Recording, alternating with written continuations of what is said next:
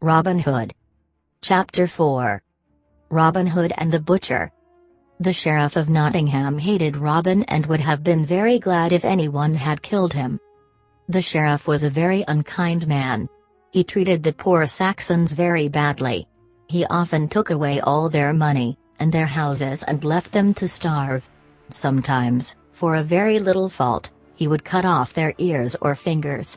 The poor people used to go into the wood, and Robin would give them food and money. Sometimes they went home again, but very often they stayed with him, and became his men. The sheriff knew this, so he hated Robin all the more, and he was never so happy as when he caught one of Robin's men and locked him up in prison. But try how he might, he could not catch Robin. All the same, Robin used to go to Nottingham very often, but he was always so well disguised that the sheriff never knew him. So he always escaped. The sheriff was too much afraid of him to go into the forest to try to take him. He knew his men were no match for Robin's. Robin's men served him and fought for him because they loved him. The sheriff's men only served him because they feared him. One day Robin was walking through the forest when he met a butcher. This butcher was riding gaily along to the market at Nottingham. He was dressed in a blue linen coat, with leather belt. On either side of his strong grey pony hung a basket full of meat. In these days, as there were no trains, everything had to be sent by road.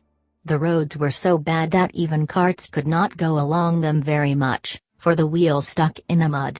Everything was carried on horseback, in sacks or baskets called panniers. The butcher rode gaily along, whistling as he went. Suddenly Robin stepped from under the trees and stopped him. "What have you there, my man?" he asked. "Butcher meat," replied the man. "Fine prime beef and mutton for Nottingham market. Do you want to buy some?" "Yes, I do," said Robin. "I will buy it all and your pony too. How much do you want for it? I should like to go to Nottingham and see what kind of butcher I will make." So the butcher sold his pony and all his meat to Robin. Then Robin changed clothes with him. He put on the butcher's blue clothes and leather belt, and the butcher went off in Robin's suit of Lincoln green, feeling very grand indeed. Then Robin mounted his pony and off he went to Nottingham to sell his meat at the market. When he arrived, he found the whole town in a bustle. In those days there were very few shops, so everyone used to go to market to buy and sell. The country people brought butter and eggs and honey to sell. With the money they got, they bought platters and mugs, pots and pans, or whatever they wanted, and took it back to the country with them. All sorts of people came to buy, fine ladies and poor women, rich knights and gentlemen, and humble workers, everyone pushing and crowding together.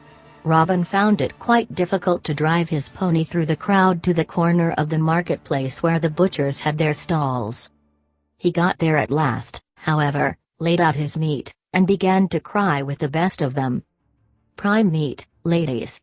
Come and buy. Cheapest meat in all the market, ladies. Come buy, come buy. 2 pence a pound, ladies. 2 pence a pound. Come buy. Come buy." "What?" said everyone, "beef at 2 pence a pound? I never heard of such a thing. Why, it is generally 10 pence. You see, Robin knew nothing at all about selling meat, as he never bought any. He and his men used to live on what they shot in the forest. When it became known that there was a new butcher, who was selling his meat for 2 pence a pound, everyone came crowding round his stall eager to buy. All the other butchers stood idle until Robin had no more beef and mutton left to sell. As these butchers had nothing to do, they began to talk among themselves and say, "Who is this man? He has never been here before. Do you think he has stolen the meat? Perhaps his father has just died and left him a business. Well, his money won't last long at this rate. The sooner he loses it all, the better for us. We will never be able to sell anything as long as he comes here giving away beef at 2 pence a pound." "It is perfectly ridiculous," said one old man, who seemed to be the chief butcher. "These 50 years have I come and gone to Nottingham market, and I have never seen the like of it, never. He is ruining the trade, that's what he is doing." They stood at their stalls sulky and cross, while all their customers crowded round Robin. Shouts of laughter came from his corner, for he was not only selling beef and mutton, but making jokes about it all the time. "I tell you what," said the old butcher, "it is no use standing here doing nothing. We had better go talk to him, and find out, if we can, who he is. We must ask him to come and have dinner with us and the sheriff in the town hall today." For on market days the butchers used to have dinner all together in the town hall, after market was over, and the sheriff used to come and have dinner with them. So, the butchers stepped up to jolly Robin. Acquainted with him for to be. "Come, butcher," one said, "we be all of one trade. Come, will you dine with me?" "Thank you," said Robin. "I should like nothing better. I have had a busy morning and am very hungry and thirsty." "Come along, then," said the butchers. The old man led the way with Robin, and the others followed 2 by 2. As they walked along, the old butcher began asking Robin questions, to try and find out something about him. "You have not been here before?" he said. "Have I not?" replied Robin. "I have not seen you, at least." "Have you not? You are new to the business?" "Am I?" "Well, you seem to be," said the old butcher, getting rather cross. "Do I?" replied Robin, laughing. At last they came to the town hall, and though they had talked all the time, the old butcher had got nothing out of Robin, and was not a bit wiser. The sheriff's house was close to the town hall, so as dinner was not quite ready, all the butchers went to say "How do you do?" to the sheriff's wife. She received them very kindly, and was quite interested in Robin when she heard that he was the new butcher who had been selling such wonderfully cheap meat. Robin had such pleasant manners too, that she thought he was a very nice man indeed. She was quite sorry when the sheriff came and took him away, saying dinner was ready. "I hope to see you again, kind sir," she said when saying goodbye. "Come to see me next time you have meat to sell." "Thank you, lady, I will not forget your kindness," replied Robin, bowing low. At dinner the sheriff sat at one end of the table and the old butcher at the other. Robin, as the greatest stranger, had the place of honor on the sheriff's right hand. At first the dinner was very dull. All the butchers were sulky and cross, only Robin was merry. He could not help laughing to himself at the idea of dining with his great enemy the Sheriff of Nottingham. And not only dining with him, but sitting on his right hand, and being treated as an honored guest. If the sheriff had only known, poor Robin would very soon have been locked up in a dark dungeon, eating dry bread instead of apple pie and custard and all the fine things they were having for dinner. However, Robin was so merry, that very soon the butchers forgot to be cross and sulky. Before the end of dinner all were laughing till their sides ached. Only the sheriff was grave and thinking hard.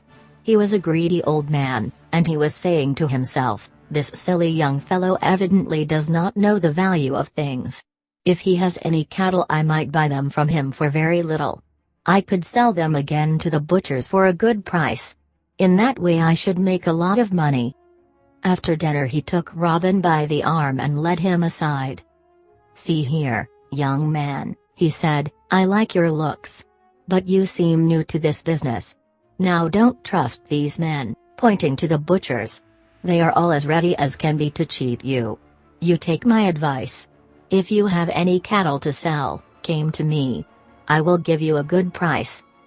"Thank you," said Robin, "it is most kind of you." "Hast thou any horned beasts?" the sheriff then said. "Good fellow, to sell to me?" "Yes, that I have, good master sheriff.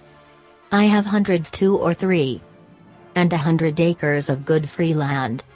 If you please it for to see. And I will make you as good assurance of it as ever my father did me." The sheriff nearly danced for joy when he heard that Robin had so many horned cattle for sale. He had quite made up his mind that it would be easy to cheat this silly young fellow. Already he began to count the money he would make. He was such a greedy old man. But there was a wicked twinkle in Robin's eye. "Now, young man, when can I see these horned beasts of yours?" asked the sheriff. "I can't buy a pig in a poke, you know. I must see them first. And the land too, and the land too," he added, rubbing his hands, and jumping about in his excitement. "The sooner the better," said Robin. "I start for home tomorrow morning. If you like to ride with me, I will show you the horned beasts and the land too." "Capital, capital," said the sheriff.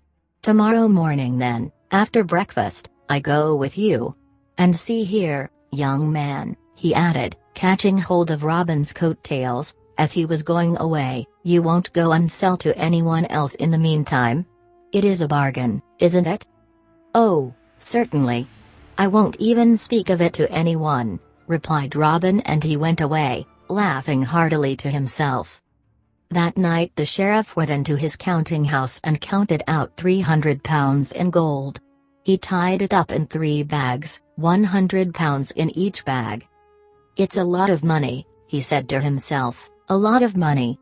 Still, I suppose I must pay him something for his cattle. But it is a lot of money to part with," and he heaved a big sigh. He put the gold underneath his pillow in case anyone should steal it during the night. Then he went to bed and tried to sleep. But he was too excited. Besides, the gold under his pillow made it so hard and knobby that it was most uncomfortable. At last the night passed, and in the morning, the sheriff he saddled his good palfrey. And with £300 in gold, away he went with bold Robin Hood, his horned beasts to behold. The sun shone and the birds sang as they merrily rode along.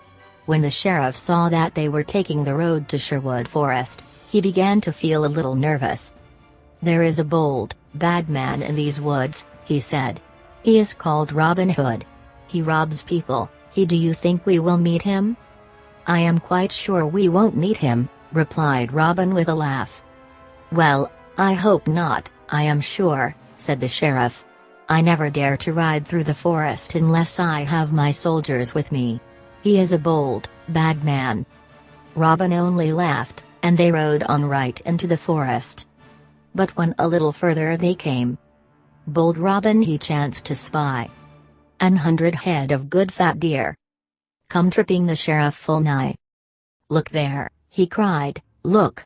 What do you think of my horned beasts?" "I think," said the sheriff, in a trembling voice, "I think I should go back to Nottingham." "What? And not buy any horned cattle?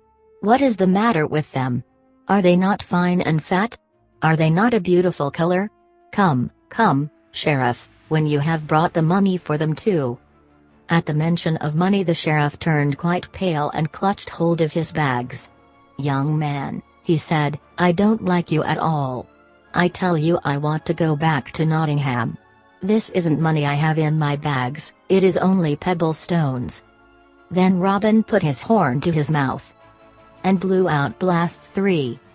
Then quickly and anon there came Little John and all his company. "Good morning, Little John," said Robin. "Good morning, Master Robin," he replied. "What orders have you for today?" "Well, in the first place I hope you have something nice for dinner, because I have brought the Sheriff of Nottingham to dine with us," answered Robin. "Yes," said Little John, "the cooks are busy already, as we thought you might bring someone back with you. But we hardly expected so fine a guest as the Sheriff of Nottingham," he added, making a low bow to him. "I hope he intends to pay honestly." For that was Robin Hood's way. He always gave these naughty men who had stolen money from poor people a very fine dinner, and then he made them pay a great deal of money for it. The sheriff was very much afraid when he knew that he had really fallen into the hands of Robin Hood. He was angry too when he thought that he had actually had Robin in his own house the day before, and could so easily have caught and put him in prison, if he had only known. They had a very fine dinner, and the sheriff began to feel quite comfortable and to think he was going to get off easily, when Robin said, "Now, Master Sheriff, you must pay for your dinner." "Oh, indeed I am a poor man," said the sheriff, "I have no money." "No money? What have you in your saddlebags, then?" asked Robin. "Only pebbles, nothing but pebbles, I told you before," replied the frightened sheriff. "Little John, go and search the sheriff's saddlebags," said Robin. Little John did as he was told, and counted out 300 pounds upon the ground. "Sheriff," said Robin sternly, "I shall keep all this money and divide it among my men. It is not half as much as you have stolen from them. If you had told me the truth about it, I might have given you some back. But I always punish people who tell lies. You have done so many evil deeds," he went on, "that you deserve to be hanged." The poor sheriff shook in his shoes. "Hanged you should be," continued Robin, "but your good wife was kind to me yesterday.